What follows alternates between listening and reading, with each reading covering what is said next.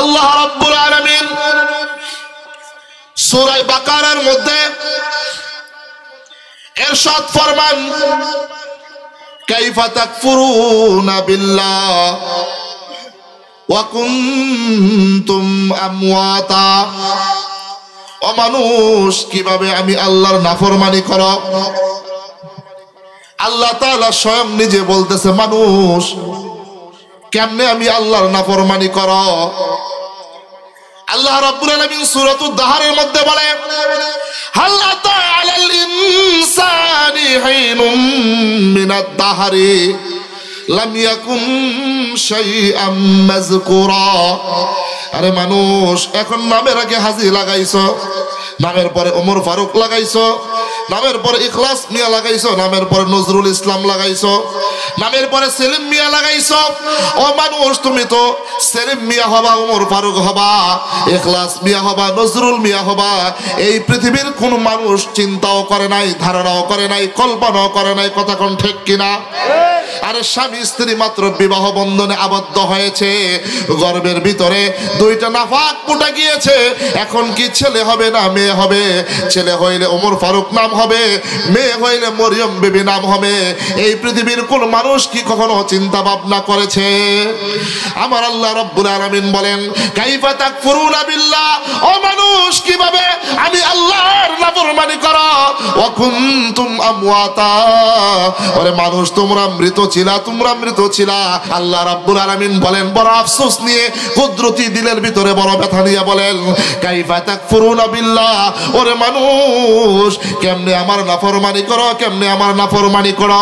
আমি এই পৃথিবীর ভিতরে সর্বপ্রথম জিন জাতিকে নাজিল করেছি, সৃষ্টি করেছি, তারা আমার অবাধ্য হয়েছে, ধ্বংস করে দুনিয়া থেকে আমি বিতাড়িত করে দিয়েছি। আমি আল্লাহর কুদরতি দিলে ভালো লাগে না, ভালো লাগে না। আর সে মহল্লার ভিতরে একটা সভা মিটিং ডাকলাম, মিটিংয়ের ভিতরে ফেরেশতারা আসলো, সকলের সাথে আমি পরামর্শ করলাম, ও আমার ফেরেশতারা, তোমাদের পূর্বে জিন জাতি দুনিয়াতে সৃষ্টি করেছিলাম, তারা নাফরমানি করেছে, বেঈমানি করেছে, এদেরকে ধ্বংস করে দিয়েছে। আমার কুদরতি দিলে ভালো লাগে না, আমার কুদরতি দিলে ভালো লাগে না।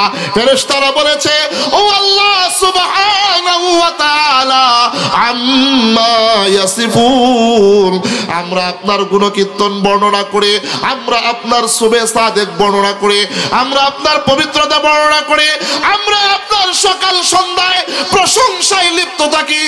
আবার কেন কোন জাতি তৈরি করবেন? আমার মালিক বলেন, ওয়া ইয ক্বালা রাব্বুকা লিল মালাইকাতি ইন্নী জাইলুন ফিল আরদি খলিফা। চিৎকার মেরে বলেন না আল্লাহু আকবার।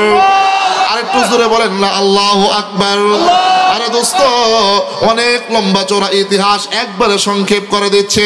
আমার মালিক ডাক দিয়ে বলে, ফেরেশতা, না না না না না, আমার কুদরতি কলিজায় মানে না। আমি আরেকটা খলিফা দুনিয়াতে সৃষ্টি করব, প্রতিনিধি সৃষ্টি করব, জাতি সৃষ্টি করব। দোস্ত, হাজার হাজার কোটি কোটি অসংখ্য ফেরেশতাদেরকে আল্লাহ রাব্বুল আলামিন আরশ মহল্লার মধ্যে ডাকছেন।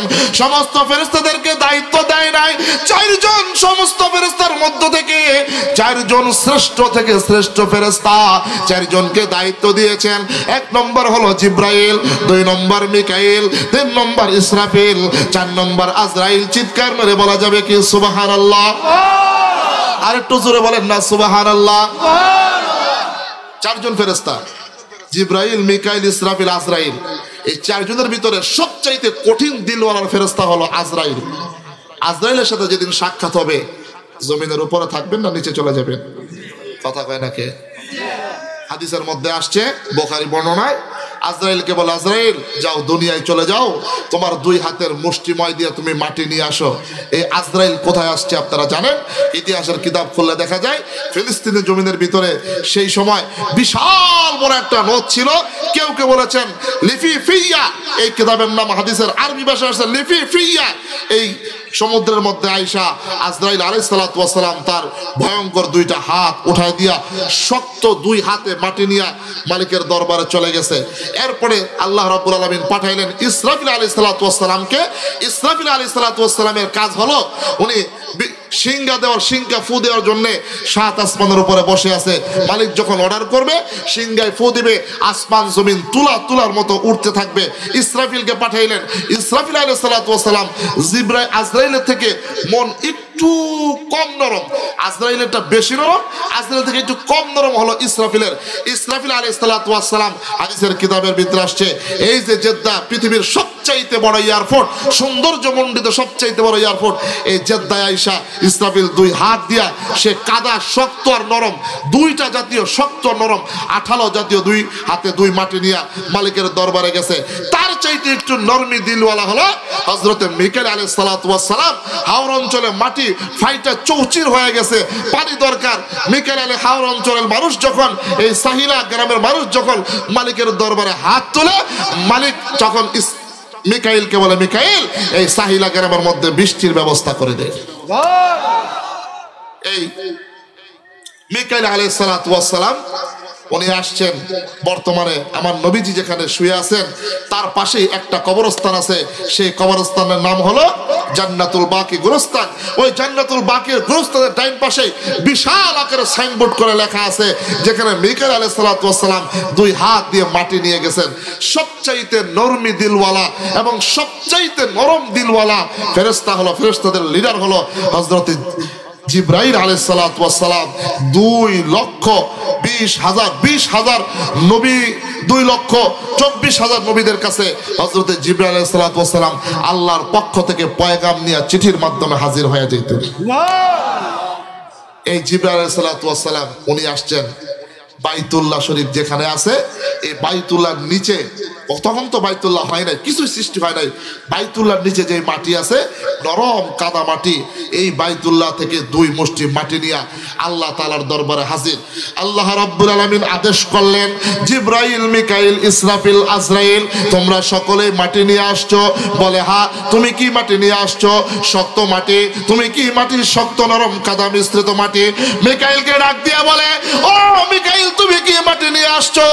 মিকাইল বলে, আমি বৃষ্টি দিয়া মাটিকে একবারে টানা টানা করে ফেলেছি, পিছলা পিছলা করে ফেলেছি, ওই মাটি নিয়ে আসছে। জিবরাইলকে ডাক দিয়া বলে, জিবরাইল কি নিয়ে আসছো?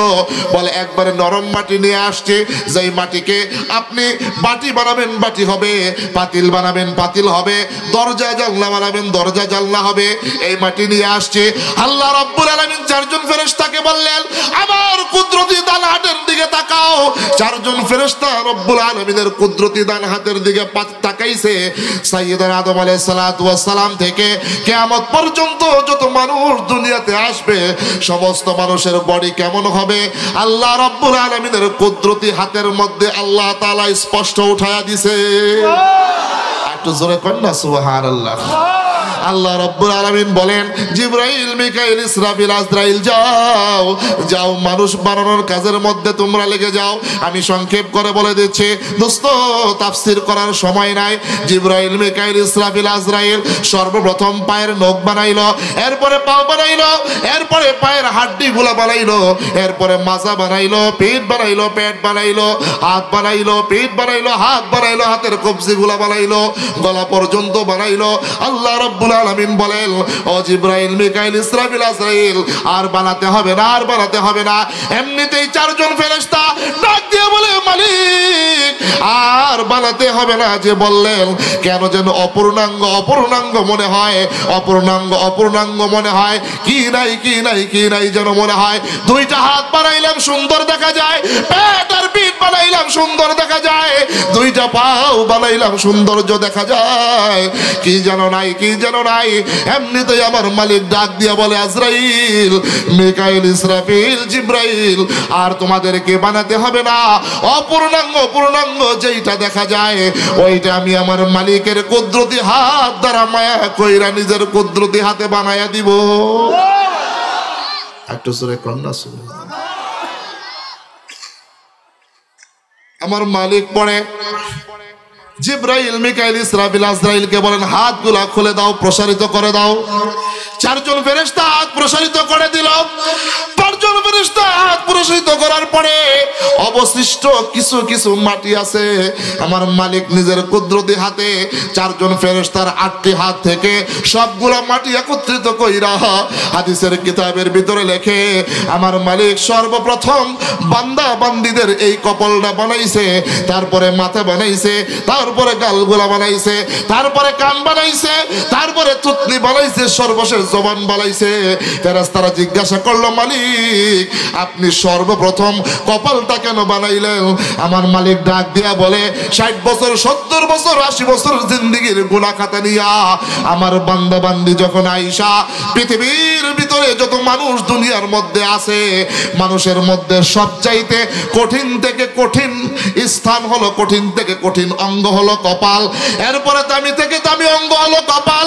60 বছর 70 বছরের জিন্দেগির গুনাহ নিয়া এই কপাল দিয়ে আমার মালিকের কুদরতি পায়ে একটা সিজদা দিতে দেরি হবে, সঙ্গে সঙ্গে আমি মালিক 60 বছরের গুনাহ খাতা মাফ করে দিব। একটু জোরে বল না সুবহানাল্লাহ। এই কপাল দিছে মালিক কিসের জন্য? কথা বলে না কিসের জন্য? সিজদা করার জন্য। মানুষ কি আল্লাহ বানাইছে? কথা বলুন, তাফসীর বুঝতেছেন? মানুষ আল্লাহ বানাইছে এখনো বানাইছে আল্লাহ?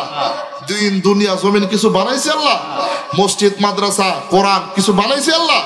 তাহলে বোঝা যায় এই পৃথিবীর সৃষ্টি করার 50,000 বছর আগে মানুষের আকৃতি রুহের জগতে যখন সৃষ্টি করেন তখনই আল্লাহ ইঙ্গিত দিয়েছেন দুনিয়ার মানুষ আদম আলাইহিস সালাতু ওয়াস সালাম থেকে কিয়ামত পর্যন্ত যত মানুষ দুনিয়ার জমিনে আসবে প্রত্যেকের উপরে আমি মালিকের কুদরতি পায়ে সিজদা তথা নামাজকে ফরজ করে দিব।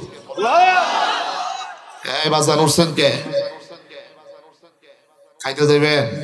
খাওনটা পরে খেলে হয় না, খাওন খেয়ে আবার চলে আসবেন ইনশাল্লাহ। তাইলে বোঝা গেল সাহিলা পুরান হাটি জামে মসজিদ আজকে তৈরি হয়েছে মালিক আমাদের কপাল বানাইছেন এই কপালের জন্য। কথা কোন ঠিক কিনা? হ্যাঁ দোস্ত, বুখারী বর্ণনার মধ্যে আসছে, আপনারা যদি শুনেন একবার আশ্চর্য হয়ে যাবেন।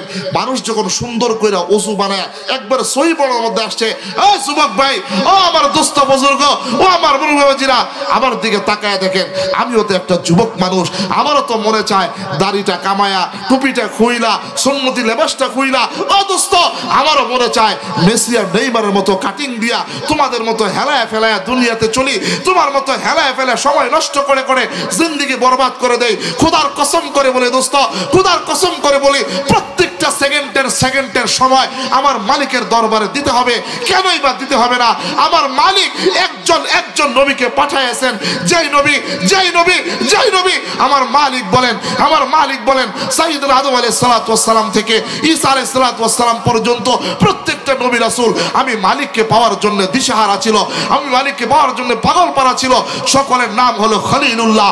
আমার মালিক ডাক দিয়া বলে একজনকে পাঠাইছি, যাকে না পাঠাইলে আসমান বানাইতাম না, জমিন বানাইতাম না, লৌহ কলম আরশে আজিম বানাইতাম না, জান্নাত জাহান্নাম বানাইতাম না, ও মানুষ তরেও বানাইতাম না, পশু পাখি এরপরে গাছপালা নদ নদী কোনো কিছু বানাইতাম না। সমস্ত নবী আমি আল্লাহকে পাওয়ার জন্য পাগল, আমি আল্লাহ সেই মানুষটা রাসূলুল্লাহ সাল্লাল্লাহু আলাইহি ওয়াসাল্লামকে পাওয়ার জন্য পাগল হয়ে যায়। কেন দোস্ত বলেন না দোস্ত? আল্লাহ রাসূল বলেন কোন মানুষ যদি সুন্দর রাপে ওযু কইরা সর্বপ্রথম বলে আল্লাহু আকবার, কে বড় একটু বলেন না? জবান খুলে বলেন সবচেয়ে বড় কে? আর একটু জবান খুলে বলেন না সবচেয়ে বড় কে? একটু আল্লাহকে মায়া দিয়ে ডাক দেন আল্লাহ, আর একটু জবান খুলে ডাক দেন আল্লাহ।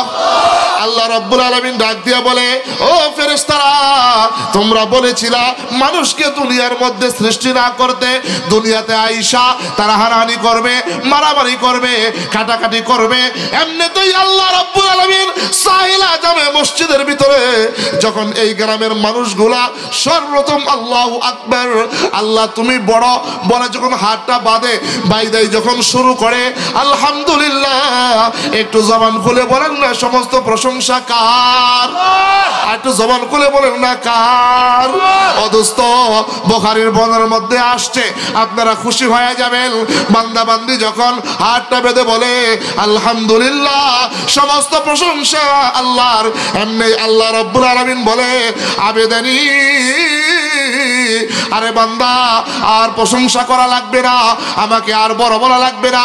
এরপরে বান্দা বান্দি যখন আল্লাহু আকবার বলে কুদরতি পায়ে রুকুর মধ্যে ঠেলে যায়, যাওয়ার পরে যখন বলে সুবহান রাব্বিয়াল আযীম, সুবহান রাব্বিয়াল আযীম, তুমি মহা বড় মহা পবিত্র, আল্লাহ রাব্বুল আলামিন খুশি হয়ে যায়। এরপরে বান্দা বান্দি যখন আল্লাহু আকবার বলে কুদরতি পায়ে সিজদা দিয়া যেই মাত্র বলা শুরু করে দেয় সুবহান রাব্বিয়াল আলা, সুবহান রাব্বিয়াল আলা, আমার মালিক এত খুশি হয়ে যায়।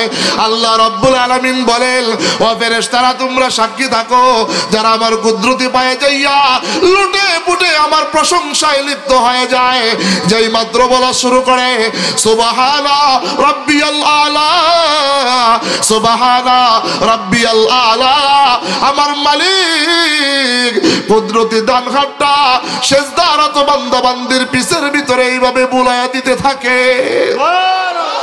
একটু জোরে কোন না। বান্দা বান্দি যখন এক রাকাত দুই রাকাত কইরা চার রাকাতের পরে যখন সর্বপ্রথম শুরু করে আত্তাহিয়াতু লিল্লাহ ওয়াস সালাওয়াতু ওয়াত তাইয়্যিবাত, আবার আল্লাহর প্রশংসা শুরু করে দেয়। বুখারীর বর্ণনার মধ্যে আসছে আমার আল্লাহ বান্দা বান্দিকে ডাক দিয়া বলে ও বান্দা বান্দি, দাঁড়ায়া বলেছো আল্লাহু আকবার, রুকুতে গিয়া বলেছো সুবহান রাব্বিয়াল আযীম, সিজদায় বলেছো সুবহান রাব্বিয়াল আলা, এখন বৈঠকে বইসা আত্তাহিয়াতু লিল্লাহ, আত্তাহিয়াতু লিল্লাহ যেই মাত্র বলে, হাদিসের মধ্যে আসছে বান্দা বান্দি যেই মাত্র আত্তাহিয়াতু লিল্লাহি বলে, ঠিক এমনিতেই আল্লাহ রাব্বুল আলামিন তার কুদরতি কোমরের ভিতরে দুইটা হাত দিয়া বান্দা বান্দিকে জড়ায়া ধরে নেয়। আল্লাহ বলে বান্দা আর কিছু বলবি? বান্দা যখন আত্তাহিয়াতু শেষ করে দুরূদ শরীফ শুরু করে আল্লাহুম্মা সাল্লি আলা মুহাম্মদ ওয়া আলা আলি মুহাম্মদ কামা সাল্লাইতা আলা ইব্রাহিমা ওয়া আলা আলি ইব্রাহিম ইন্নাকা হামিদুম মাজিদ, তখন এই খেলা শুরু হয়ে যায়, তখন এই খেলা শুরু হয়ে যায়। এমনিতেই আল্লাহ রাব্বুল আলামিন ডাক দিয়ে বলে ওরে বান্দা বান্দি, এতক্ষণ পর্যন্ত আমার প্রশংসা করেছো, একজন মানুষের প্রশংসা করেছো যাকে না বানাইলে আসমান জমিন লৌহ কলম কাউকে বানাইতাম না, আহারে যার নাম দিয়েছি হাবিবুল্লাহ, তার প্রশংসা তুমি করেছো, আর কি বলতে চাও, আর কি করতে চাও?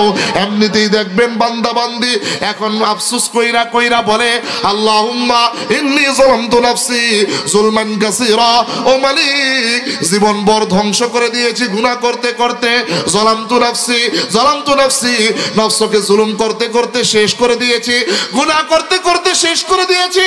ও মালিক তুমি না তাওয়াব, তুমি না সাত্তার, তুমি না সাত্তার, তুমি না তাওয়াব, আমার গুনাহগুলো যদি প্রকাশ করে দিতা, আমার দুধের বাচ্চা বাবা বলে পরিচয় দিত না, প্রাণের স্ত্রীর স্বামী বলে পরিচয় দিত না, জন্মদাত্রী মা বাবা সন্তান বলে পরিচয় দিত না, বন্ধু বন্ধু বলে পরিচয় দিত না, সমাজের মানুষ আমাকে এত মুহাব্বত করে ভালোবাসে, দাওয়াত দেয়, হাদিয়া দেয়, যদি আমার গুনাহগুলো প্রকাশ করে দিতা মানুষ আমার কাছে আসতো না, দূর দূর করে তাড়ায়া দিত।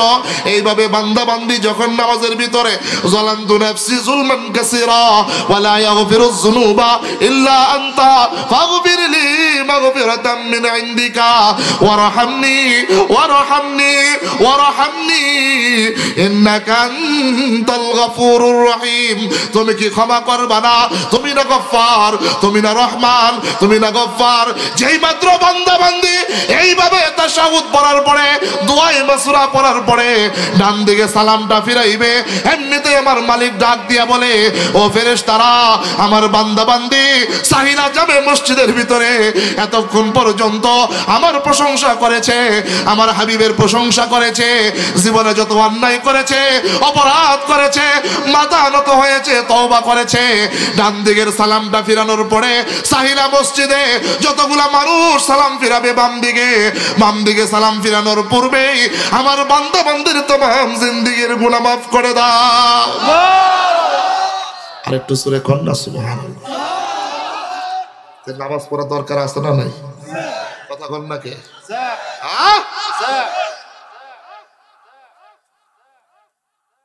365 দিন, 1 বছর এরকম করে যদি আমার চাচা 60 বছরের জিন্দেগিতে প্রত্যেক দিন ওয়াজ শুনে আর যদি 1 ওয়াক্ত ফরজ নামাজ কাজা দেয়, এই প্রত্যেক দিন ওয়াজের সওয়াব 1 ওয়াক্ত কাজা একটা ফরজ ওয়াক্তের সওয়াবের সমান হবে?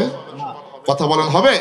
হ্যাঁ, এই জন্য যুবক ভাইদেরকে বলতে চাই, ও যুবক ভাই, আমার মালিক কিন্তু তোমার আমার এই কপালটা, এই চেহারাটা, এই জবানটা বড় মায়া করে, বড় ভালোবেসে নিজের কুদরতি হাত তারা বানাইছে। এই জন্য দোস্ত, দুনিয়াতে কতদিন আর বাঁচবা? সূর্য উদিত হওয়ার সাথে সাথে কত যুবক দুনিয়া থেকে বিদায় হয়ে যায়, সূর্য ডুবার সাথে সাথে কত বৃদ্ধ দুনিয়া থেকে বিদায় হয়ে যায়।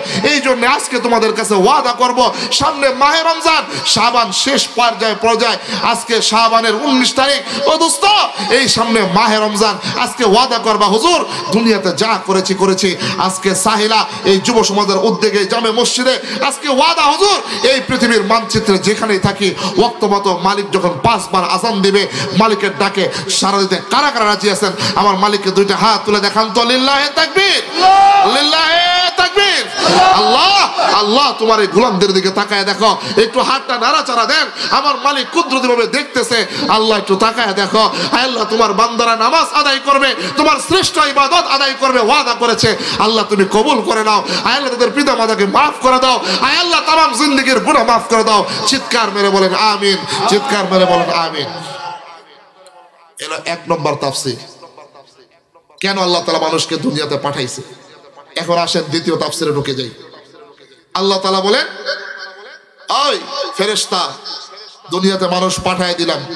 ফেরেশতারা জিজ্ঞাসা করছিল, আল্লাহ মানুষদেরকে যে দুনিয়াতে পাঠাইবেন, এর আগে যে আপনি নিজের কুদরতি হাতে এই ক্ষমতাকে বানাইলেন, কেন বানাইলেন? এর তাফসীর গেল। এখন দুনিয়াতে আল্লাহ তাআলা কেন বানাইছেন? সূরা জারিয়াতের মধ্যে আল্লাহ তাআলা বলেন, ওয়ামা খালাকাতুল জিন্না ওয়াল ইনসা ইল্লা লিয়াবুদুন।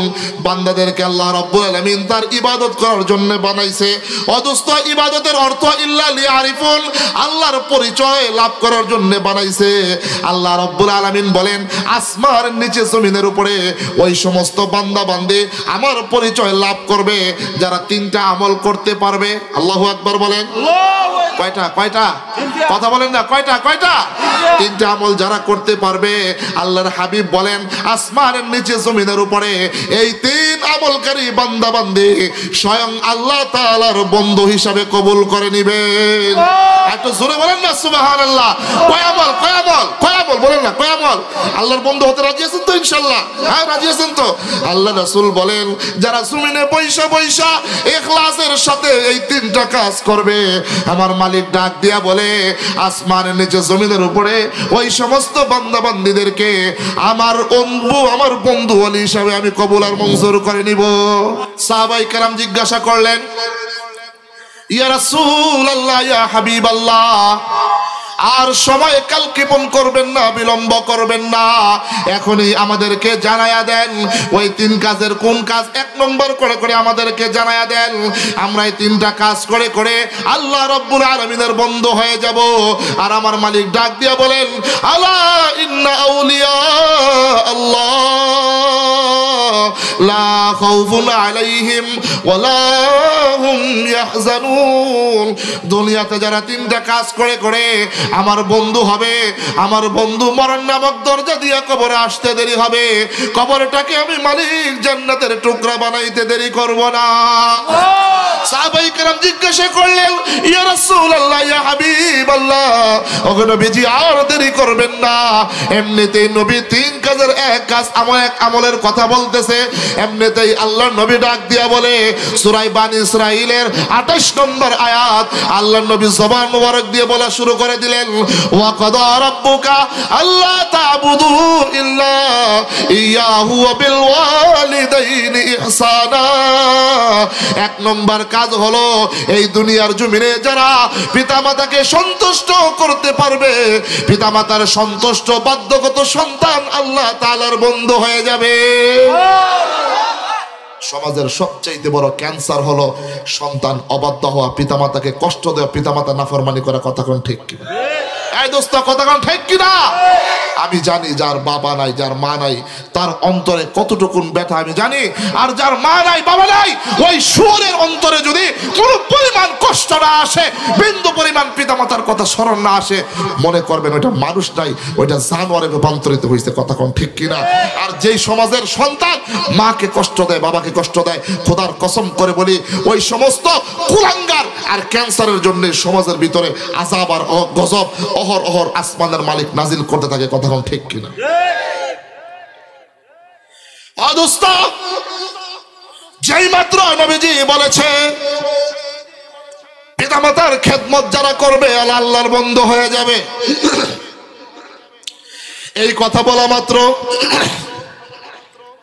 মসজিদ নববীর মধ্য থেকে কিছু সাহাবায়ে কেরাম উঠে গেলেন, আস্তে আস্তে করে করে মসজিদে নববী থেকে বের হয়ে গেলেন।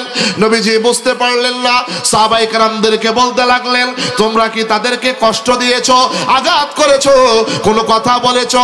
সাহাবায়ে কেরাম বলে, না ইয়া রাসূলুল্লাহ, ইয়া হাবিবাল্লাহ, না আমরা কষ্ট দেই নাই, আমরা আঘাত করি নাই। নবীজি বলে, কিছুক্ষণ পরেই জুমার নামাজ আদায় করা হবে জামাতের সাথে, তারা কেন চলে গেল? আমি তো কাউকে কষ্ট দেওয়ার মতো কোনো কিছু বলি নাই, কাউকে আঘাত করে কোনো কথা বলি নাই, তারা কেন চলে গেল? কোনো কিছুই বুঝতে পারলেন না। এমনিতেই নবীজি তাদের পিছনে একা একই বের হয়ে যেতে লাগলেন। যাইতে যাইতে যাইতে যাইতে সাহাবায়ে কেরাম মসজিদ নববীর পাশেই ওই যে আপনারা কবরস্থান আছে একটা, জান্নাতুল বাকি গোরস্থানের ভিতরে গেলেন। এমনিতে জান্নাতুল বাকি গোরস্থানের মধ্যে যাইয়া সমস্ত সাহাবায়ে কেরাম বাচ্চাদের মতো লেবুর রসের পানি দুইটা চোখ দিয়া ছাইরা দিয়া এমনিতেই কান্নাকাটি করা শুরু করলেন। নবীজি কোনো কিছু বুঝতে পারলেন না। নবীজি পাখির ডালার মতো দুইটা হাত মেলে সাহাবায়ে কেরামদের ঘাড়ের মধ্যে রাইখা ডাক দিয়া বলে, মা ইউবকি কাশা, কেন তোমরা চলে আসছো? কিসের কষ্টে, কিসের যন্ত্রণায় মসজিদে নববী থেকে বের হয়ে চলে আসছো? কিছুক্ষণ পরে নামাজ আদায় করা হবে, নামাজ না পড়ে কেন চলে আসছো? এমনিতেই সাহাবায়ে কেরাম নবীজিকে পাইয়া শক্ত হাত করে জড়ায়া দইরা নবীজির কপালে চুমু খায়, হাতের মধ্যে চুমু খায়, ডাক দিয়া বলে, ইয়া রাসূলুল্লাহ, ইয়া হাবিবাল্লাহ, ওগো নবীজি, আমরা কি আল্লাহর বন্ধু হতে পারবো না? আমরা কি আল্লাহর দোস্ত হতে পারবো না? আমরা কি আল্লাহর পেয়ারা বান্দা হতে পারবো না? নবীজি ডাক দিয়া বলে, কেন কি হয়েছে? ইয়া রাসূলুল্লাহ, ইয়া হাবিবাল্লাহ, আপনি তো বলেছেন যারা দুনিয়াতে থাইকা থাইকা মার খেদমত করবে, বাবার খেদমত করবে, এরা আল্লাহর বন্ধু হয়ে যাবে। ইয়া রাসূলুল্লাহ, ওই যে গোরস্থান নিজের হাতে মাকে শুয়াইছি, ওই যে গোরস্থান নিজের হাতে বাবাকে শুয়াইছে, মাকে শুয়াইয়া বাবাকে শুয়াইয়া মুখ থেকে কাপড়ের কাপড় সরাইয়া নিষ্ঠুর পাষাণের মতো কবর থেকে লাফ দিয়া জমিনের উপরে ওইটা মার বাবাকে চাটি দিয়া পাটি দিয়া মাটি দিয়া পাড়ায় পাড়াইয়া অন্ধকার কবরে রাইখা আসছি। আমার তো মা নাই, আমার তো বাবা নাই। যেই মাত্র এই কথা বলেছে নবীজি সহ্য করতে পারলেন না, সাহাবীদেরকে জড়ায় ধরে ডাক দিয়া বলে, ও আমার সাহাবীরা রে, তোমরা তো তোমার মাকে বাবাকে 40 বছর পেয়েছো, 30 বছর পেয়েছো, কেউ কেউ 50 বছর পেয়েছো। আমি যখন আমার মার গর্ভে 6 মাস, আমার বাবা দুনিয়া থেকে বিদায় হয়ে যায়। আমার বয়স যখন 6 বছর, আমার মা দুনিয়া থেকে বিদায় হয়ে যায়। আমার বয়স যখন 8 বছর, আমার সর্বশেষ আশ্রয়স্থল আমার দাদা দুনিয়া থেকে বিদায় হয়ে যায়।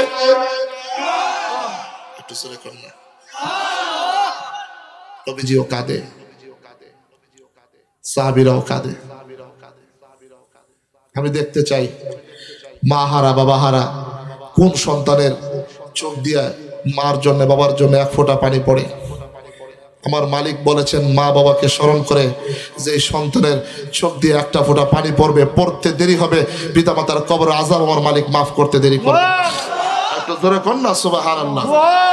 আমি দোস্ত, আমি সারা বাংলাদেশে আমি ঘুরে ঘুরে ওয়াজ করি। আজকে আমার মাকে হারায় ফেলাইছি, আমি বাবাকে হারায় ফেলাইছি। যত রাত হোক বাড়িতে গিয়া আমি আমার স্ত্রীর চেহারা দেখব, আমার সন্তানের চেহারা দেখব, ভাই বেড়াদার বন্ধু বান্ধবের চেহারা দেখব। যেই মা আমাকে 10 মাস 10 দিন গর্ভধারণ করেছে, যেই মা কলস কলস রক্ত অতিবাহিত করে দুনিয়ার আলো বাতাস দেখাইছে, যেই মা প্রসব যন্ত্রণা করেছে, যেই মা 2 বছর 2.5 বছর রক্ত আর পানি দুধ বানায় খাওয়া তিল তিল করে বড় করছে, ওই মা দুনিয়াতে থেকে চলে গেছে। আর যেই বাবা সাহিলা গ্রামে রোদ্রে পইরা বৃষ্টিতে ভিজা সকাল থেকে সন্ধ্যা পর্যন্ত কাজ কইরা এত কষ্ট কইরা আমাকে মানুষের মতো মানুষ বানাইছে, ডাক্তার ইঞ্জিনিয়ার ব্যারিস্টার বানাইছে, বড় করছে, ওই বাবা কার জানে শুয়ে আছে দোস্ত। নবীও কান্দে, সাহাবীরাও কান্দে। নবীজি ডাক দিয়ে বলে, ও সাহাবীরা, তোমরা তো 40 বছর মার খেদমত করেছো, 50 বছর মার খেদমত করেছো, একটু আমার দিকে তাকাও, আমার দিকে তাকাও। একদিনকার ঘটনা, ও আমার সাহাবী, ও আমার বন্ধু, একদিনকার ঘটনা।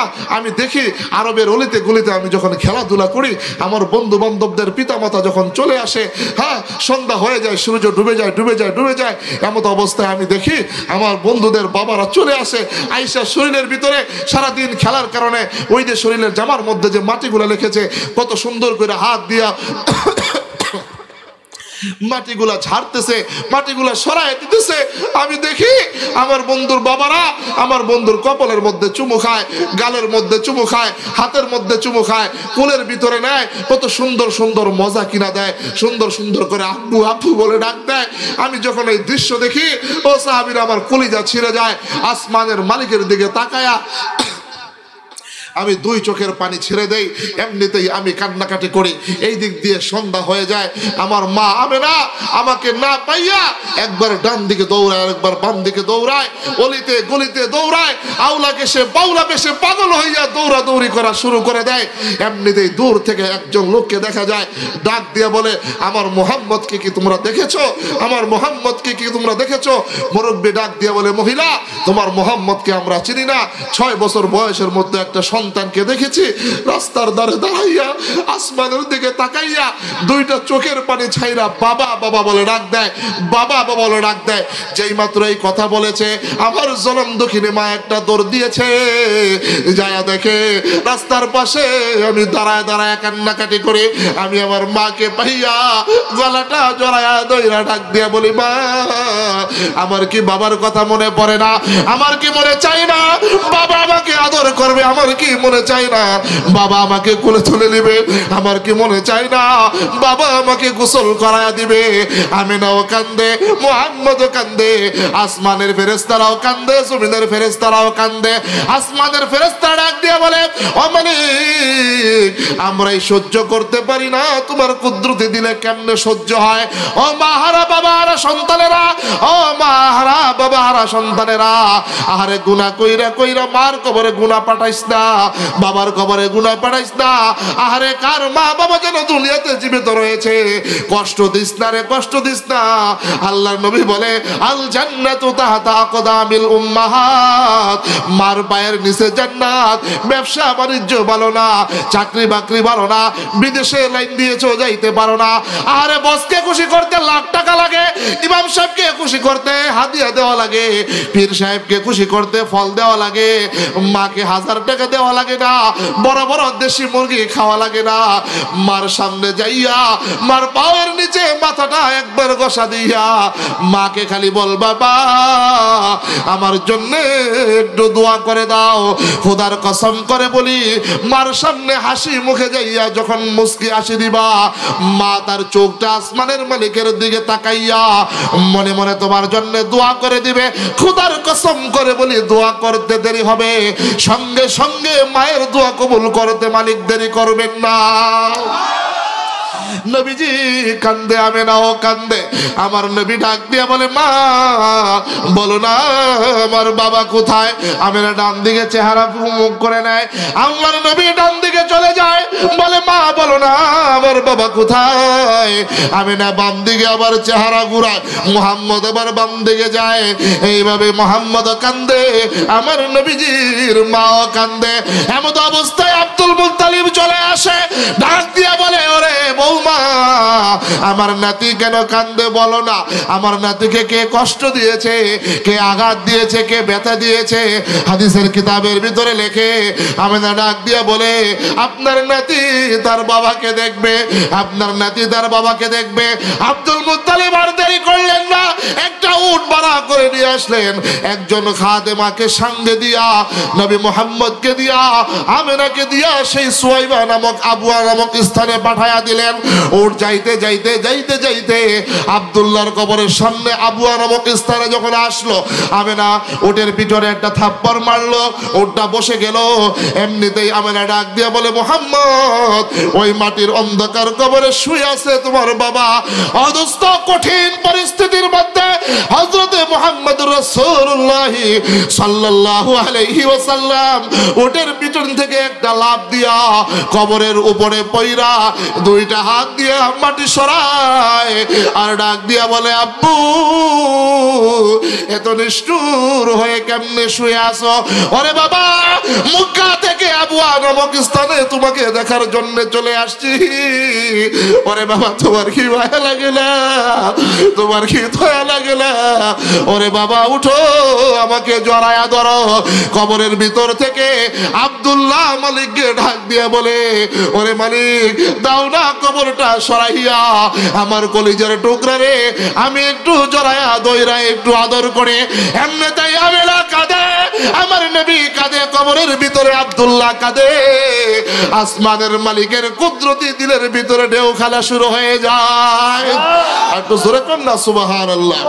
আসমানের মালিক সহ্য করতে পারে না, জিব্রাইলকে ডাক দিয়া বলে, যা আয়াত নাযিল হয়ে যায়। ডাক দিয়া বলে, যা আমার বন্ধুকে জানায়া দে, আমার বন্ধুর মতো কিয়ামত পর্যন্ত যারা মাকে হারাইয়া বাবাকে হারাইয়া কবরের সামনে যাইয়া একবার পড়বে, ওয়াকুর রাব্বির হামহুমা কামা রাব্বায়ানি সগীরা। পড়েন না, ওয়াকুর রাব্বির হামহুমা কামা রাব্বায়ানি সগীরা। আমার বন্ধুর মতো মা বাবার কবরের সামনে দাঁড়াইয়া যারা একবার ওয়াকুর রাব্বির হামহুমা দোয়াটা পড়বে, পড়তে দেরি হবে সঙ্গে সঙ্গে 40 দিনের কবর আযাব মাফ করে দিব। কুলাঙ্গার সন্তান, দিনের পরে দিন যায়, সপ্তাহের পরে সপ্তাহ যায়, মাসের পরে মাস যায়। বউকে সময় দাও, স্ত্রীকে সময় দাও, ব্যবসা বাণিজ্যে সময় দাও, সব কাজে সময় দাও। ওই জনম দুঃখিনী মা বাবা ওই অন্ধকার কবরে কনকনে শীতের মধ্যে শুয়ে আছে। ও কুলাঙ্গার সন্তান, একদিন যায় সময় দেওয়ার সময় হয় না তোর। তোর চাইতে পরাকুপাল আসমানের নিচে জমিনের উপর আর দ্বিতীয় কেউ নয়। কথা কোন ঠিক কিনা? আর কেনই পরাকুপাল হবে না? আমি শুনেছি এলাকার ওলামাই কেরাম যারা আছে, এইখানে নাকি একটা মাদ্রাসা নাই, একটা নাকি কোরআনের মাদ্রাসা নাই। বড়ই কষ্ট লেগেছে, এত বড় এলাকা, এত বড় অঞ্চল, এখানে নাকি একটা মাদ্রাসা নাই। বড়ই আফসোস লেগেছে। যেই এলাকার ভিতরে কোরআনের শিক্ষা না দেওয়া হয় ওই এলাকায় দোস্ত কখনো রহমত বরকত আসবে না। যেই এলাকার ভিতরে কোরআনের দাওয়াত না দেওয়া হয়, কোরআনের শিক্ষা কোরআনের তালিম না দেওয়া হয়, খোদার কসম করে বলি ওই এলাকার সন্তান কখনো পিতামাতার বাধ্যগত সন্তান হবে না। এটা আমার কথা না, এটা আমার কথা না, এটা রাসূলের কথা। আমার রাসূল বলেন, আহলুল্লাহি ওয়া আহলুল জান্নাত, যারা কোরআন ওয়ালা হবে, কোরআনের শিক্ষক হবে, কোরআনের বন্ধু হবে, আহলুল্লাহ, তারা আল্লাহ তাআলার পরিবারের সদস্য হয়ে যাবে। একটু জোরে কর না সুবহানাল্লাহ। এই জন্যই তো আজকে সমাজের ভিতরে অবস্থা। আমরা ছোট্টবেলা দেখেছি, আমরা যদি ভাত না খাইতাম, বাবাই দিত এক থাপ্পড়, মাই দিত এক থাপ্পড়, দুই থাপ্পড়ে মিললা চোখের পানি আর নাকের হিঙ্গেল দুইটা একসাথে হইয়া ভাত আর হিঙ্গেল একসাথে পেটের ভিতরে যাইতো। কথা ঠিক কিনা? আর এখনকার যখন ভাত না খায় বাচ্চা, মাই দেখবে সুন্দর করে টাচ মোবাইলটা খুললা টিকটক সাইরা আর সাইয়া সাইয়া নাচ দিয়া দেয়, বাচ্চা সাইয়া সাইয়া নাচ দেয় আর ভাত খায়। কথা কয় নাকি? আপনাকে বাটি অঞ্চলে না আমার জিঞ্জিরের কথা কইতেছে, জিঞ্জিরের কথা। এরপরে সাইয়া সাইয়া নাচ দেখে বড় হয়, বড় হয়ে সাইয়া সাইয়া একটা আইটেম মার্কা বউ নিয়ে হয়। ওই বউয়ের কথা বৃদ্ধাশ্রমে পিতা মাতাকে শেষ জীবনের শেষ সময় গার ধাক্কা দিয়ে বের করে দেয়। কথা কন না কে? আমি বলি না দোস্ত, আপনার সন্তানকে আপনি আপনি আলেম বানান, হাফেজ বানান, ইমাম মুয়াজ্জিন খতিব বানান, এই কথা আমি বলি না। পুরো বাংলার জমিনে ঘুরে ঘুরে আমি একটা কথাই বলি, আপনার সন্তানকে ডাক্তার, ইঞ্জিনিয়ার, ব্যারিস্টার বানানোর আগে এই সাহেলা মাদ্রাসার ভিতরে, এই মসজিদের ভিতরে সকালবেলা ফজরের পরে মামুনুর রশিদ ইমাম সাহেবের কাছে পাঠিয়ে দিবেন। শুধুমাত্র কোরআনের মালাটা গলার মধ্যে ঝুলাইয়া দিবেন। এই কোরআনের মালা গলার মধ্যে ঝুলাইয়া আপনার সন্তান ডাক্তার, ইঞ্জিনিয়ার, ব্যারিস্টার যা মনে চায় তা হবে। খোদার কসম করে বলি, এটা জানোয়ার হবে না, আরো রূপান্তরিত হবে। কথা ঠিক কিনা? এখন বাইরে আলট্রাসাউন্ড, আগে তো আলট্রাসাউন্ড ছিল না, আগে ছিল এক ঘরে 8 জন 9 জন 10 জন সন্তান হয়েছে। ছেলে হইব না মেয়ে হইব, কি আর এই ওষুধ, এই গ্যাস্ট্রিকের ওষুধ, ক্যালসিয়ামের ওষুধ, তারপরে আয়রনের ওষুধ, এগুলো তাকে খাইতোই না মহিলারা। এখনকার আলতা এইটা সেইটা আলতা কইরা দেখে ছেলে হইব না মেয়ে হইব। আমার মসজিদের এক ঘটনা, সত্য ঘটনা, এক লোকের 5টা মাইয়া। আচ্ছা, মাইয়া দিলে আপনারা বেজার কথা কন? মাইয়া দেওয়ার মালিক কে? আল্লাহ। ছেলে দেওয়ার মালিক কে? আল্লাহ। 5টা মাইয়া একের পর এক হয়েছে দেখে বউরে মারে, ঘরের ভিতরে অশান্তি, বউরে দেখতে পারে না। তো 6 নম্বর বাচ্চা যখন গর্ভে ধারণ করছে, 8-9 মাস হয়েছে, আলট্রাসাউন্ড করছে, ডাক্তারে কইছে ছেলে হওয়ার সম্ভাবনা আছে। বেড়ায় খুশিতে 2 মণ মিষ্টি এলাকার মানুষেরা খাওয়াইছে। খাওয়ানোর পরে দেখা যায় আবার কন্যা সন্তান হয়েছে। আলহামদুলিল্লাহ। কন্যা সন্তান দেওয়ার মালিক কে? আল্লাহ। আলট্রাসাউন্ড করছে, স্বামী স্ত্রী রাত্রে গভীরে দুইজনে বৈশা এখন সুন্দর করে স্ত্রী স্বামীর জিগায়, স্বামী আমার কই কি, আমার গর্ভে যে সন্তান আছে এরা যদি ছেলে হয় তাহলে কি বানাইবা? জানোস না, যদি ছেলে হয় সাকিব আল হাসান বানাবো। নাউজুবিল্লাহ, জোরে কইলেন না? চাচা চিনছে সাকিব আল হাসান। হ্যাঁ, ব্যাখ্যা দেওয়ার সময় না, সাকিব আল হাসান কারে কয়? স্বামী ডাক দিয়ে বলে প্রাণের স্ত্রী। কয় কি, যদি মেয়ে হয় তাহলে কি বানাইবা? স্ত্রী ডাক দিয়ে বলে এই বাংলাদেশে কত গায়িকা দেখছি, একটারও পছন্দ হয় না, যদি মাইয়া হয় তাহলে মমতাজ আপা বানাবো। জোরে কর না, আছে না বলাইছে? হ্যাঁ, তোমার লগে কালেকশন আছে, দেখা যায়। খবর দেওয়া দিয়ে প্রলোভনে গেছে। এখন সুন্দর করে দেখবেন, বাচ্চা হয়েছে। বাচ্চা হওয়ার পরে 5 বছর 6 বছর যখন হয়েছে, আব্বু আম্মু বলা শিখছে। এই মাত্রই দেখবেন আব্বু আম্মু বলা যেই মাত্র শিখছে, কত সুন্দর কইরা, হ্যাঁ, পুরুষ শুয়ে থাকে, বাবা শুয়ে থাকে, আর মা সুন্দর করে উইঠা সকালবেলা ব্রাশ ট্রাশ কইরা সন্তানা যাবে স্কুলে। সন্তানটা তুই বাঁচাবি, তুই নিজে কি লেগে আলট্রাসাউন্ড মানুষ? হ্যাঁ, নিজে সুন্দর করে আলট্রাসাউন্ড মাইকে সুন্দর করে সন্তানটা স্কুলে লয়ে যায়। কথা কোন ঠিক কিনা? সন্তানের পরে আর হ্যাঁ আরেক সন্তানের বাপের লগে টাঙ্কি মারে। কথা কোন ঠিক কিনা? আমার টাকার কথা কই, আপনাকে কথা কই না। আপনারা তো মাশাআল্লাহ আল্লাহর ওলি মানুষ, সকালে বলেন আমিন। এখন গেছে, যাওয়ার পরে দেখবেন আপনার আমার কলিজার টুকরা সন্তানকে জীবনের সর্বপ্রথম শিক্ষা, আতা গাছে তোতা পাখি, ডালিম গাছের বউ, ওই দেখা যায় তবু কথা কও না কেন বউ?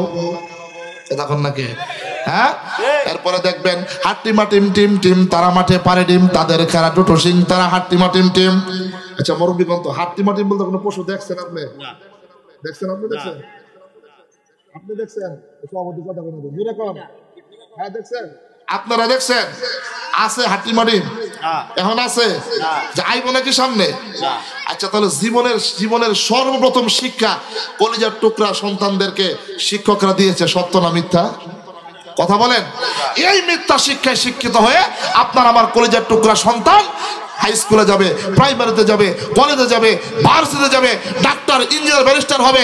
খোদার কসম করে বলে, ডাক্তার, ইঞ্জিনিয়ার, ব্যারিস্টার মিথ্যা শিক্ষায় শিক্ষিত হওয়ার কারণে ওইটা জাদুর হবে, জীবনে আলোর রূপান্তরিত হবে না। কথা কোন ঠিক কিনা? আর ছোট্টবেলায় কোরআনের মালাটা খালি গলায় ঝুলাই দিতেন, ডাক্তার, ইঞ্জিনিয়ার, ব্যারিস্টার যা মনে চায় তা হইতো। দেখতেন ছোট্টবেলায় কোরআন শিখার কারণে বাবাকে কিভাবে শ্রদ্ধা করে, সম্মান করে, আছে না নাই সমাজের ভিতরে? এই জন্য সমাজের ভিতরে সুশিক্ষায় শিক্ষিত সমাজ আমাদের ভিতরে অভাব অভাব অভাব, কিন্তু শিক্ষিত শয়তানের অভাব নাই। কথা কোন ঠিক কিনা? শিক্ষিত শয়তান দিয়ে সমাজ ভরে গেছে। কথা কোন ঠিক কিনা? ওরা হলো দেশের লাগি মহামারীর মতন, ফাইলে কলম ঠেকাইয়া করে ওরা নির্যাতন।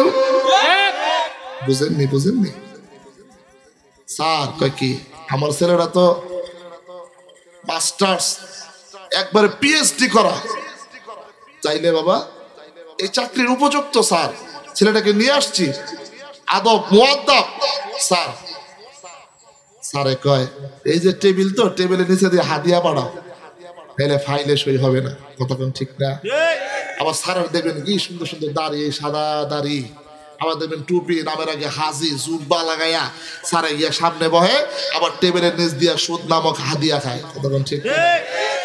ওরা হলো দেশের লাগি মহামারীর মতন, ফাইলে কলম ঠেকাইয়া করে ওরা নির্যাতন। ঘুষের টাকায় ওদের ভুরি, ঘুষের টাকায় ওদের ভুরি করে যে টান টান। ওরা শিক্ষিত শয়তান, ওরা শিক্ষিত শয়তান, ওরা শিক্ষিত শয়তান, ওরা শিক্ষিত শয়তান। দুর্নীতির ওই আকড়ায় বসে জাহির করে জ্ঞান, আকড়ায় বসে জাহির করে জ্ঞান। কলম দিয়া কামাই টাকা আবার ধরে সাধুর ভান। ওরা শিক্ষিত শয়তান, ওরা শিক্ষিত শয়তান। শিক্ষিত শয়তানের সমাজ ধ্বংস হয়ে গেছে, সমাজ বড় হয়ে গেছে। আমাদের শিক্ষিত শয়তানের দরকার নাই, আমাদের দরকার হলো সুশিক্ষায় শিক্ষিত সন্তান। কথা কোন ঠিক কিনা? আমাদের সরকার হলো ঘরে ঘরে ফজরের নামাজের পরে সাহিরা মসজিদের ভিতরে যাইয়া প্রত্যেকটা সন্তান কায়দা কইলা আলিফে আল্লাহ বলে যখন ডাক দিবে, সূর্য উদিত হওয়ার সাথে সাথে সাহিলা গ্রামের ভিতরে মালিকের রহমত আর বরকত দ্বারা ভরপুর হয়ে যাবে। আমাদের দরকার এই সন্তান। ও দোস্ত, আল্লাহ রাব্বুল আলামিন এই এলাকার ভিতরে একটা মসজিদ আল্লাহ রাব্বুল আলামিন দান করেছেন। এই মসজিদ শুধু আবাদ করলেই হবে না, টাইলস মৌজাক লাগাইলেই হবে না, এসি কন্ডিশন ফিট করলেই হবে না, মসজিদকে আবাদ করতে হবে সকলে মিলে নামাজ পড়তে। কতক্ষণ ঠিক কিনা? আমি যেই কথার মধ্যে চলে গিয়েছি, নবীজি দোয়া করতেছে, নবীজি হাদিস বর্ণনা করতেছে, কয় কাজ করলে পরে আল্লাহর বন্ধু হওয়া যায়? কথা কন। 1 নম্বর পিতামাতার ওয়াজ কিন্তু বাড়িতে নিয়ে যেতে হবে। 1 নম্বর কি? পিতামাতার খেদমত করা। করতে রাজি আছেন তো যুবক ভাই? রাজি আছেন তো ইনশাআল্লাহ? 1 নম্বর পিতামাতার খেদমত করা। রাসূল বলেন 2 নম্বর আমল ও সাহাবীরা যারা আসমানের নিচে জমিনের উপরে এই 3টা কাজ যারা করবে, করে করে মালিকের বন্ধু যারা হবে, হাসরের ময়দানে কঠিন মুসিবতের মুহূর্তে যারা উঠবে, আল্লাহ রাব্বুল আলামিন আল্লাহর তৈরি জান্নাতের মেহমান বানায়া দিবেন। 2 নম্বর আমল সাহাবায়ে কেরামদেরকে বলে, ও সাহাবীরা 2 নম্বর আমল হলো আল্লাহ রাব্বুল আলামিন আয়াত নাযিল করে জানিয়ে দিয়েছেন, মাসালুল লাযিনা ইউনফিকুনা আমওয়ালাহুম ফি সাবিলিল্লাহি কামাসালি হাববাতিন আনবাতাস সাবআ সানাবিলা ফি কুল্লি সুম্বুলাতিন মিআতু হাব্বা ওয়াল্লাহু ইউদাঈফু লিমান ইয়াশা ওয়াল্লাহু ওয়াসিউন আলিম। জবান খুলে বলা যাবে কি আল্লাহু আকবার? একটু জবান খুলে বলেন না আল্লাহু আকবার।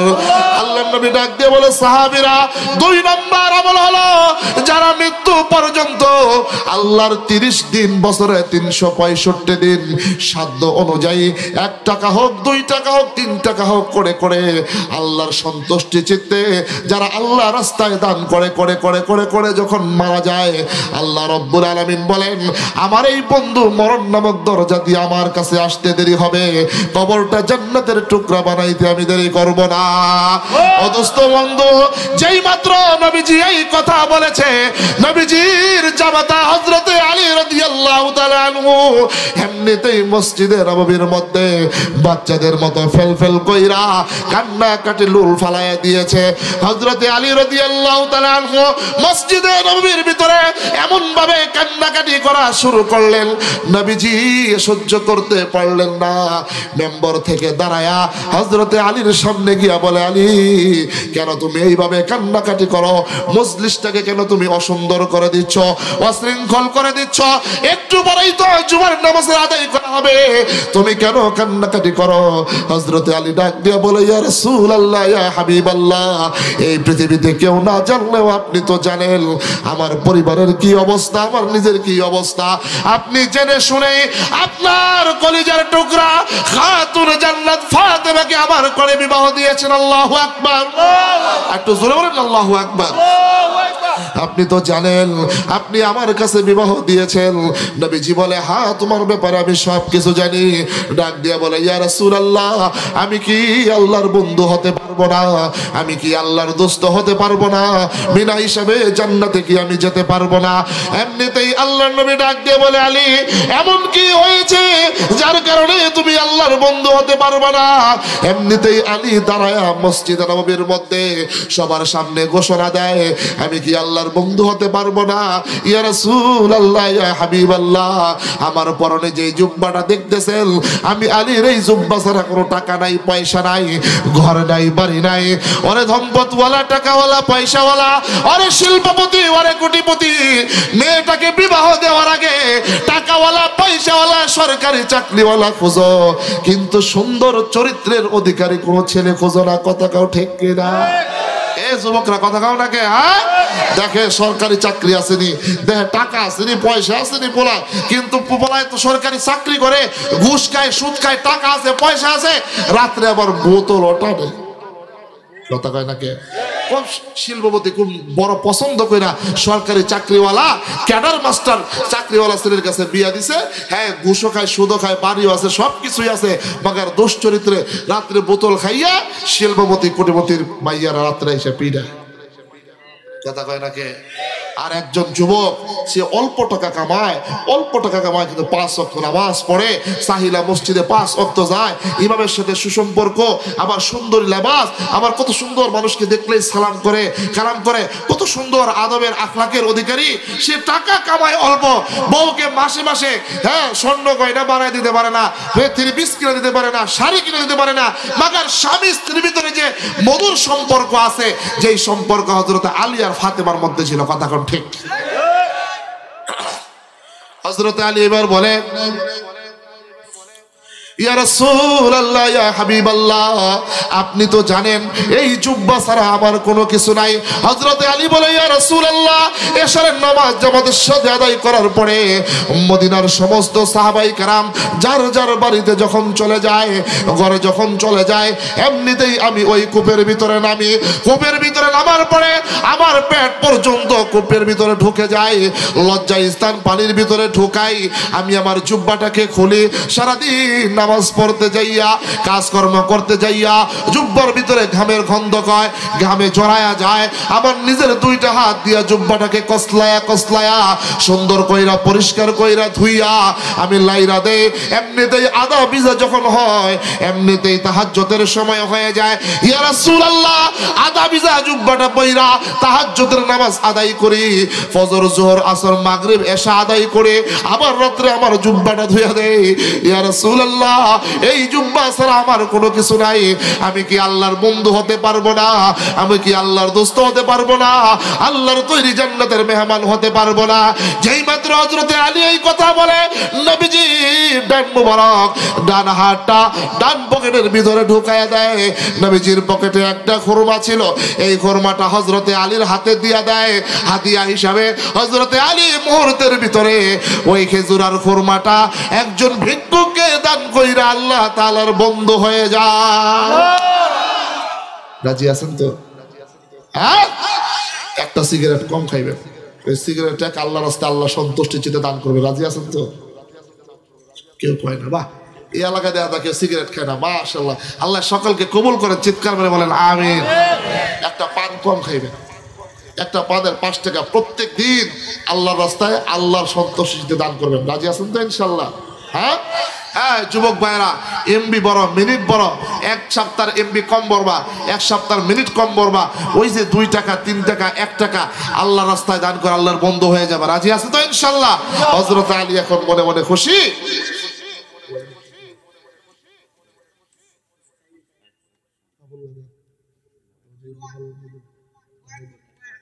হ্যাঁ, ওয়াজ চলবে?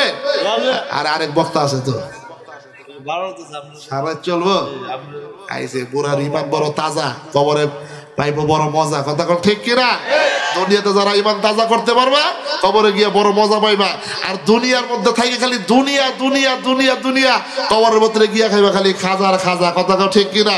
আল্লাহ হারাম না মানিয়া কত টাকা করছো কামাই, এত টাকা রাখবা কোথায়? কাফনের তো পকেট নাই। আছে কাফনের পকেট?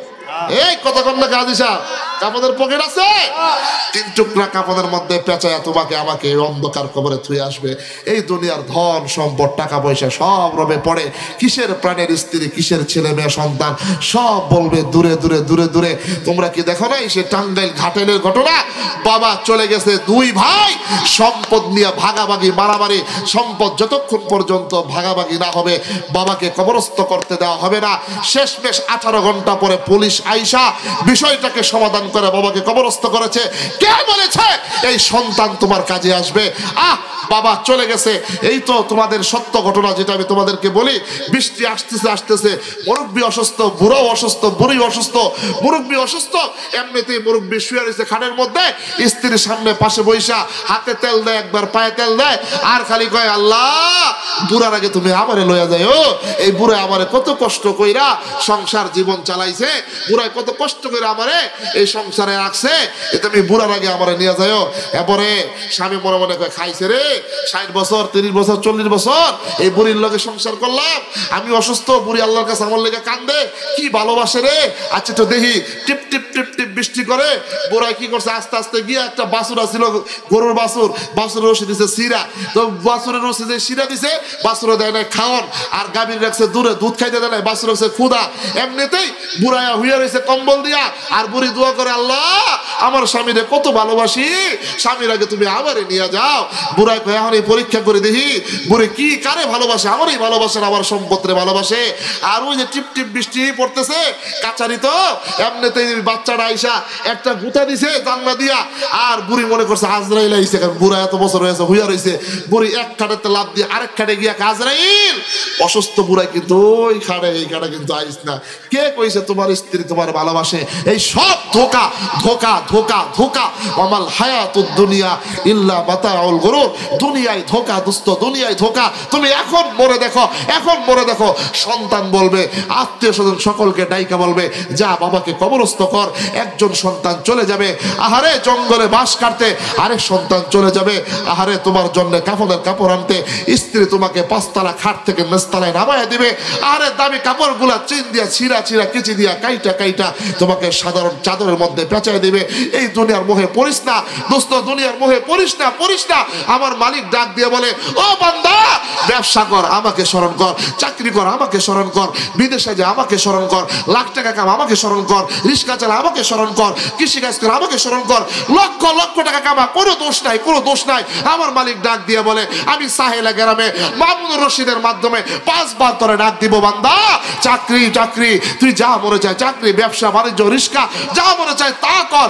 সব কিছুর মধ্যে মামুনুর রশিদের মাধ্যমে আমার ডাকে 5 বার যারা সারা দিবি, 5 বার যারা 5 ওয়াক্ত নামাজ আদায় করবি, এই মাঝখানে কোটি কোটি টাকা কামাবি। সব টাকা কামাই করতে যে সময় যাবে, 5 বার আমার ডাকে সারা দেওয়ার কারণে সারা জিন্দিগির ইবা, সারা জিন্দিগির এই মেহনত আর কামাইয়ের ভিতরে যত সময় খরচ হয়েছে সমস্ত সময়কে আমি তোর আমল নামা সওয়াব দিয়ে পরিবর্তন করে দেব। রাজি আছেন তো ইনশাআল্লাহ? এই জন্য দুনিয়ার মোহে পড়া যাবে না। হালাল হারাম না মানিয়া কত টাকা করছো কামাই, এত টাকা রাখবা কোথায়, কাফনের তো পকেট নাই। কথা কয় না কে? কথা কয় না কে? টাকা পয়সা লইয়া কি কেউ কবরে গেছে, কি জবাব দিবি রে তুই আল্লাহর কাছে? ওরে মানুষ হইছ বেহুশ দুনিয়ার পিছে, ওরে মানুষ হইছ বেহুশ দুনিয়ার পিছে, কি জবাব দিবি রে তুই আল্লাহর কাছে? রাতে দিনে দৌড়া দৌড়ি, বিশ্রামের সুযোগটা নেই, নামাজ রোজা দূরের কথা, আল্লাহর নামটাও জবানে নাই। আসেনি আসেনি? হ্যাঁ, সকাল থেকে সন্ধ্যা পর্যন্ত শুধু দুনিয়ার দুনিয়া। কিসের নামাজ, কিসের কোরআন তেলাওয়াত, কিসের জিকির আজকার, কোনো কিছুর খবর নাই। কথা কোন ঠিক কিনা?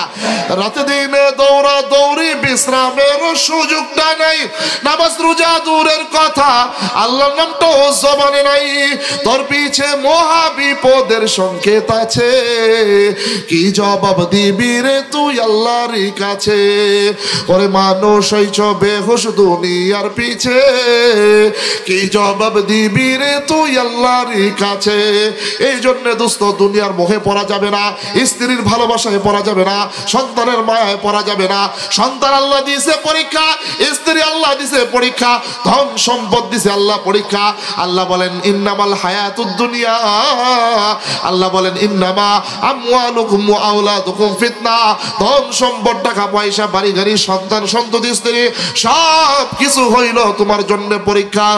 এগুলোর যদি দুনিয়ার ভিতরে ঠিকঠাক মতো তুমি খরচ করতে পারো, ব্যয় করতে পারো, তাহলে হাসরের ময়দানে বেঁচে যাইবা।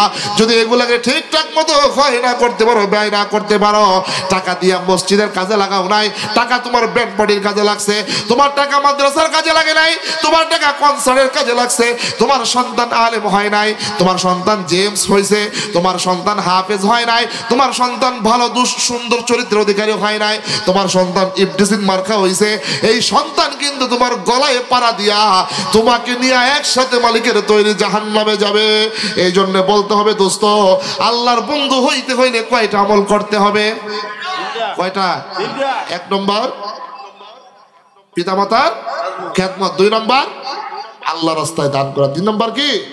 2 নম্বর আল্লাহ রাস্তায় কি দান করা, সাধ্য মতো দান করা।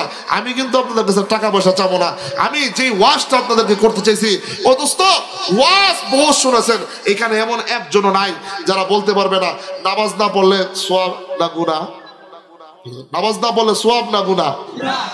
ওয়া সবাই জানে, সুদ খাইলে গুনাহ, ঘুষ খাইলে গুনাহ, জিনা ব্যভিচার করলে গুনাহ, মদ খাইলে গুনাহ, হ্যাঁ রোজা না রাখলে গুনাহ, যাকাত না দিলে গুনাহ, এই ওয়া সবাই জানে।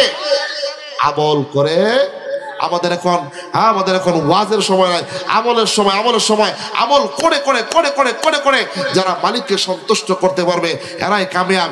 এই জন্য আসেন দোস্ত, আজকে আমার সংক্ষিপ্ত অগোছালো আলোচনার মধ্যে যেই আলোচনাটা করেছি সেটা হলো সামনে মাহে রমজান আসতেছে।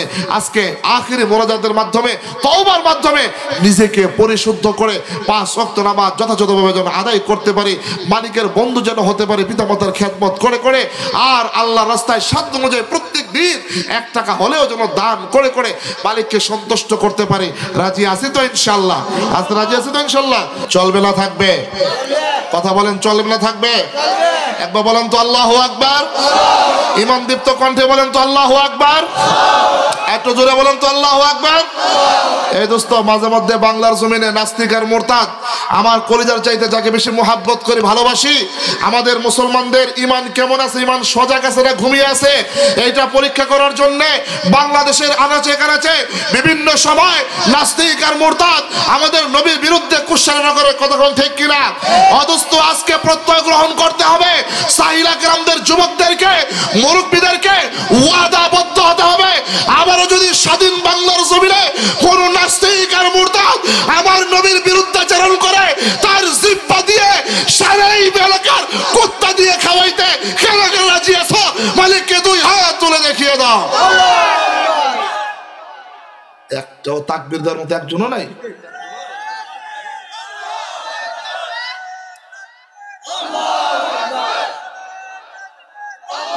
হায় হায় হায়, এর লেগেই তো কলিকাতা আর মাদ্রাসার হারবালার আবির্ভাব বেশি। কিরে, কলিকাতা হারবাল, মাদ্রাসার হারবাল এখনই আসেন, নিজেকের মতো কাজ করবে। কথা কোন ঠিক কিনা? সারা রাত মোবাইল চালায় সব শেষ, বাপে 2 দিন পরে বিয়া করা যায়, 3 দিনের দিন বউ যায় নানির বাইত। কিরে, বিয়া না করাইলাম কালকা, তোমাকে জামাইয়ের কিচ্ছু নাই, শেষ।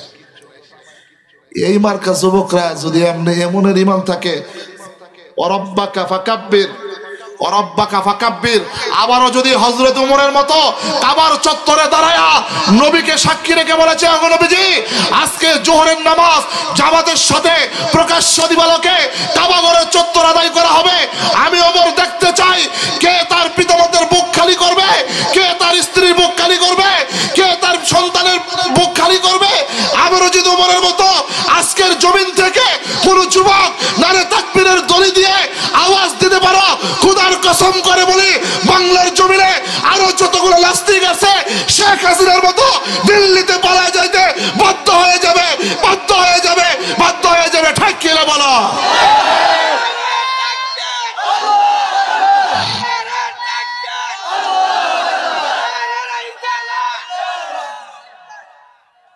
কেউ শেষ? একটা যুবক দাঁড়ায় তাকবীর দাও তো, একটা যুবক দাও দাঁড়ায় তাকবীর দাও, একটা যুবক।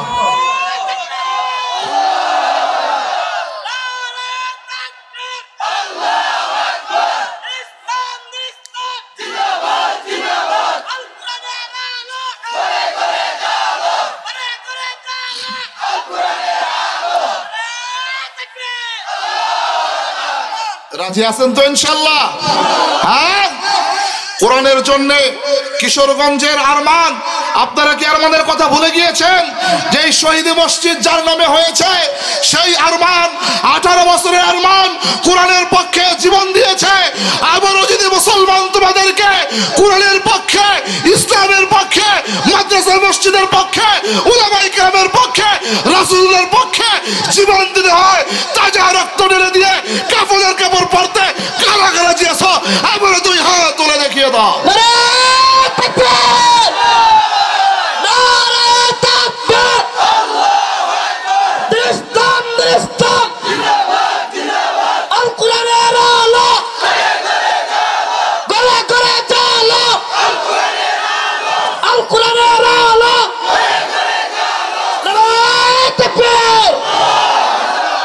আল্লাহ তাআলা কবুল করেন। জবান করে বলেন আমিন। আমার ভাইকে হক্কানি রব্বানি হাফেজ আলেম যোগশ্রেষ্ঠ ওলি হওয়ার তৌফিক দান করেন। জবান করে বলেন আমিন। দোস্ত, আর বসে থাকার সময় নাই। আমরা দেখেছি এই বাংলার জমিনে ফ্যাসিস্ট সরকার যেইভাবে উলামায়ে কেরামদেরকে নির্যাতন করেছে, যেইভাবে মসজিদ মাদ্রাসার বিরুদ্ধাচরণ করেছে, আবারও যে আগামীতে কোন সরকার মসজিদ মাদ্রাসার বিরুদ্ধে, উলামায়ে কেরামের বিরুদ্ধে বিরুদ্ধাচরণ করে, যেইভাবে বৈষম্য বিরোধী ছাত্র আন্দোলন মাঠে নেমে তাজা রক্ত দিয়ে ফ্যাসিস্ট জালেম সরকারকে বিতাড়িত করতে বাধ্য হয়েছে, আবারও প্রয়োজনে উলামায়ে কেরামের নেতৃত্বে আলেম উলামাদের জন্য, মাদ্রাসা মসজিদের জন্য আবার তোমাদের রক্তের প্রয়োজন হলে আবার রক্ত দিতে রাজি আছো ইনশাআল্লাহ? আল্লাহ তাআলা কবুল করেন। সর্বশেষ যেই কথা আপনাদের সম্মুখে আরজ করে যাচ্ছি সেটা হলো দোস্ত, প্রধান বক্তা এখনই চলে আসবে ইনশাআল্লাহ। আখেরি মোনাজাত দিয়ে আপনারা এখান থেকে যাবেন। অত্যন্ত চমৎকার কণ্ঠে আলোচনা করেন। আসতেছেন হযরত, এসেই আপনাদেরকে মনোমুগ্ধকর আলোচনা শোনাবে। সর্বশেষ আপনাদের কাছে যেই কথাটা আমি বলতে চাই সেটা হলো, আমি সব সময় সর্ব জায়গায় এই মেসেজটা আমি দিয়ে যাই। এই এলাকার ভিতরে অনেক ডায়াবেটিসের রোগী আছে, অনেকের হাতে পায়ে জয়েন্টে ব্যথা আছে। অদস্ত রাসূল বলেছেন এই আমলটা যারা করবে 7 দিন, যারা ডান হাতটা যেইখানে ব্যথা, হাঁটুতে ব্যথা, পায়ে ব্যথা, ঘাড়ে ব্যথা, দীর্ঘদিনের ব্যথা, মুরব্বি হয়ে গেছেন, এই ব্যথা কমতেছে না, ডাক্তার দেখাইছেন, এরপরে ক্যালসিয়ামের ওষুধ খান, এরপরে মেশিন থেরাপি নেন, কিন্তু এই ব্যথা কমতেছে না। রাসূল বলেন ওই জায়গার ভিতরে, যেই জায়গায় ব্যথা, এই জায়গার ভিতরে 7 দিন ডান হাতটা রেখে 7 বার দুরূদ শরীফ, এরপরে দোয়াটা 7 বার, এরপরে আপনি দুরূদ শরীফ 7 বার পড়ে আপনি 7 দিন ফজরের পরে অথবা সূর্য ডুবার পরে, মাগরিবের পরে এই আমলটা করবেন। রাসূল বলেন যে তার ব্যথা চিরতরের জন্য আল্লাহ তাআলা ভালো করে দিবেন। রাজি আছেন তো ইনশাআল্লাহ? হ্যাঁ, সকলে আমার সাথে দোয়াটা পড়েন। আউযু বিল্লাহি ইজ্জাতিহি ওয়া কুদরতিহি মিন শাররি মা আজিদু ওয়া উহাজিরু। আউযু বিইজ্জাতিল্লাহি ওয়া কুদরতিহি মিন শাররি মা আজিদু ওয়া উহাজিরু। এটা একবারে পরীক্ষিত একটা আমল। এক সাহাবীর কঠিন পেটের ব্যথা, কঠিন পেটের ব্যথা, হযরত উমর রাদিয়াল্লাহু তাআলা আনহু পানি ফু দিয়ে দিয়েছেন, সূরা ফাতিহা পড়ে, তারপরে পেটের ব্যথা যায় না। নবীজির দরবারে সাহাবায়ে কেরাম গেলে পড়ে ওই সাহাবীকে নিয়ে পেটের ব্যথা দাঁড়াইতে পারে না, বাজা বাঁকা হয়ে যায়, কঠিন থেকে কঠিন ব্যথা। রাসূল বলেন যে সাহাবী, তুমি তোমার হাতটা, ডান হাতটা এই পেটের মধ্যে রাখো, যেখানে তোমার ব্যথা ওই পেটের মধ্যে রাখছেন। বলে 7 বার দুরূদ পড়ো, 7 বার দুরূদ শরীফ পড়ছে। এরপরে বলে এই দোয়াটা তুমি 7 বার পড়ো, আউযু বিইজ্জাতিল্লাহি ওয়া কুদরতিহি মিন শাররি মা আজিদু ওয়া উহাজিরু।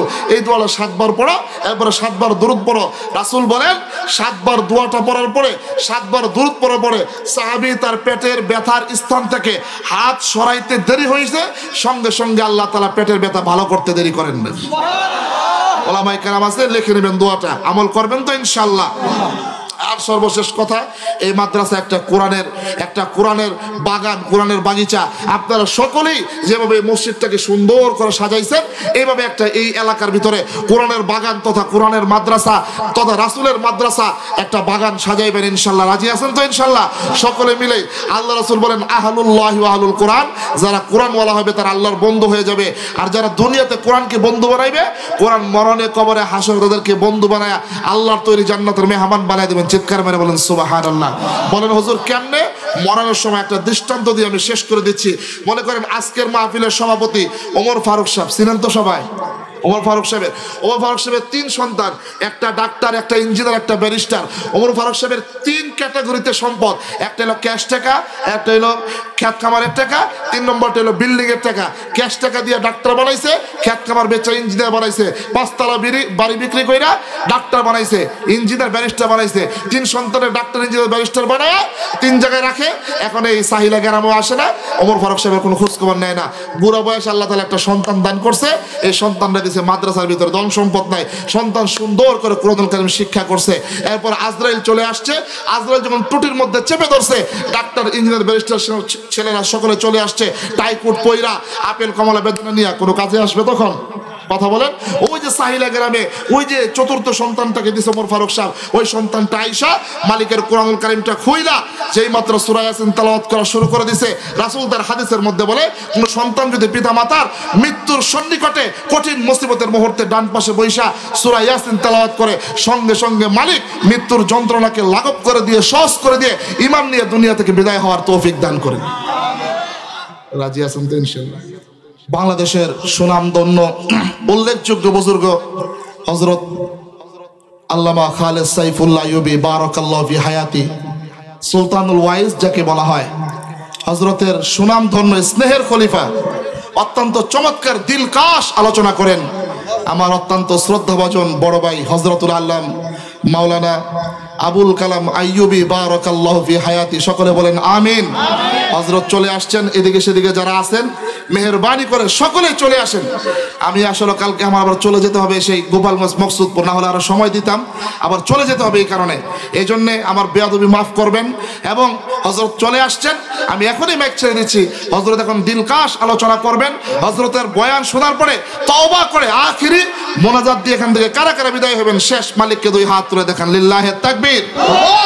আল্লাহ তাআলা আমাদের সকলকে কথাগুলোর উপর আমল করার তৌফিক দান করেন। ওয়া মা আলাইনা ইল্লাল বালাগ। আসসালামু আলাইকুম ওয়া রাহমাতুল্লাহ। ঢাকা মাহফিল সুস্থ সমাজ গড়ার বিপ্লবী চেতনায়।